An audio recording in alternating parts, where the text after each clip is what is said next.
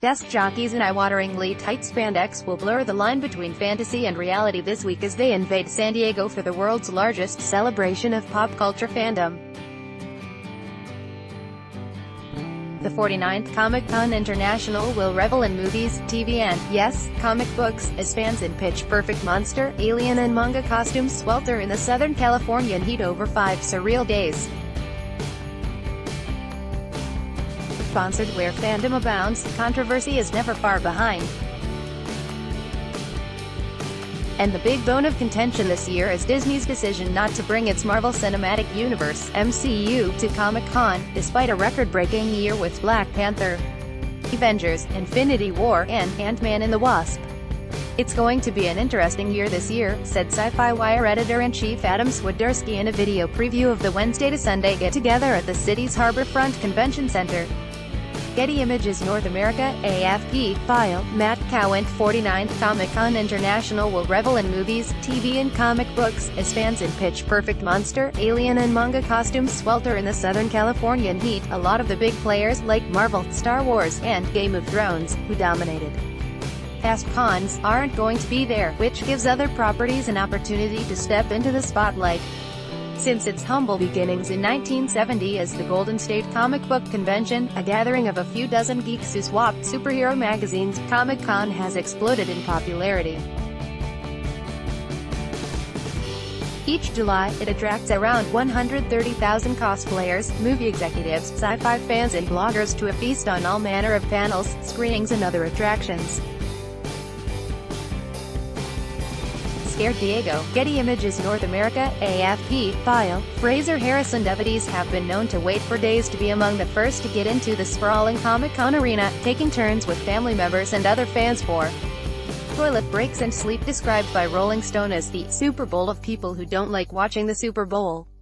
Comic-Con's beating heart is the 6,500-seat Hall H, where a cornucopia of stars hawk their latest work. Devotees have been known to wait for days to be among the first to get into the sprawling arena, taking turns with family members and other fans for toilet breaks and sleep. New Line Cinema and Warner Bros. kick off proceedings Wednesday with San Diego, where fans will enjoy insights into It Chapter 2, and the frankly terrifying-looking The Nun. The convention has traditionally persuaded most of the big studios to turn up for detailed presentations of their highly anticipated slates of upcoming movies, but not this year. But Disney is presumably saving its biggest treats for its own biennial D23 fan convention, and Universal's segment is dedicated to just 2 movies, M.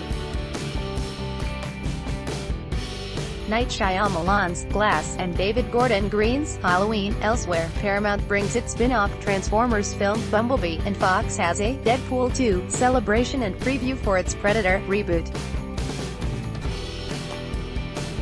Sony presents Venom and the animated Spider-Man Into the Spider-Verse, neither of which are considered part of the MCU, although Marvel was part of the production team. That cedes the center stage to Warner Bros., which is expected to pull out all the stops in its 2-hour Saturday spot. The schedule is kept tightly under wraps, but insiders say there will almost certainly be thrills and spills from Aquaman, Godzilla, King of the Monsters, the new Fantastic Beasts movie, and Shazam! Crazy Busy. Getty Images North America, AFP, file, Fraser Harrison. Each July, Comic-Con attracts around 130,000 cosplayers, movie executives, sci-fi fans and bloggers to a feast on all manner of panels, screenings and other attractions. This is a fun room. It's going to be crazy busy for Warner Bros., like it always is, said James Riley of the SD Concast podcast.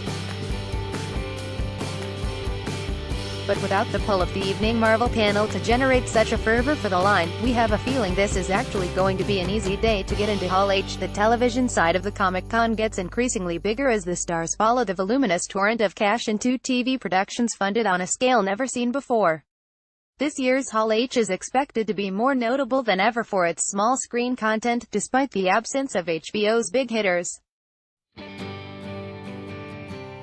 Several other networks will be showing off new and returning series in a hope to cut through the cluttered landscape and maintain, or possibly grow, viewership, said Leslie Goldberg of The Hollywood Reporter. AMC has the pick of the convention with a debut appearance from Better Call Saul, alongside a 10th anniversary reunion panel for Breaking Bad, and a discussion on acclaimed graphic novel adaptation, Preacher.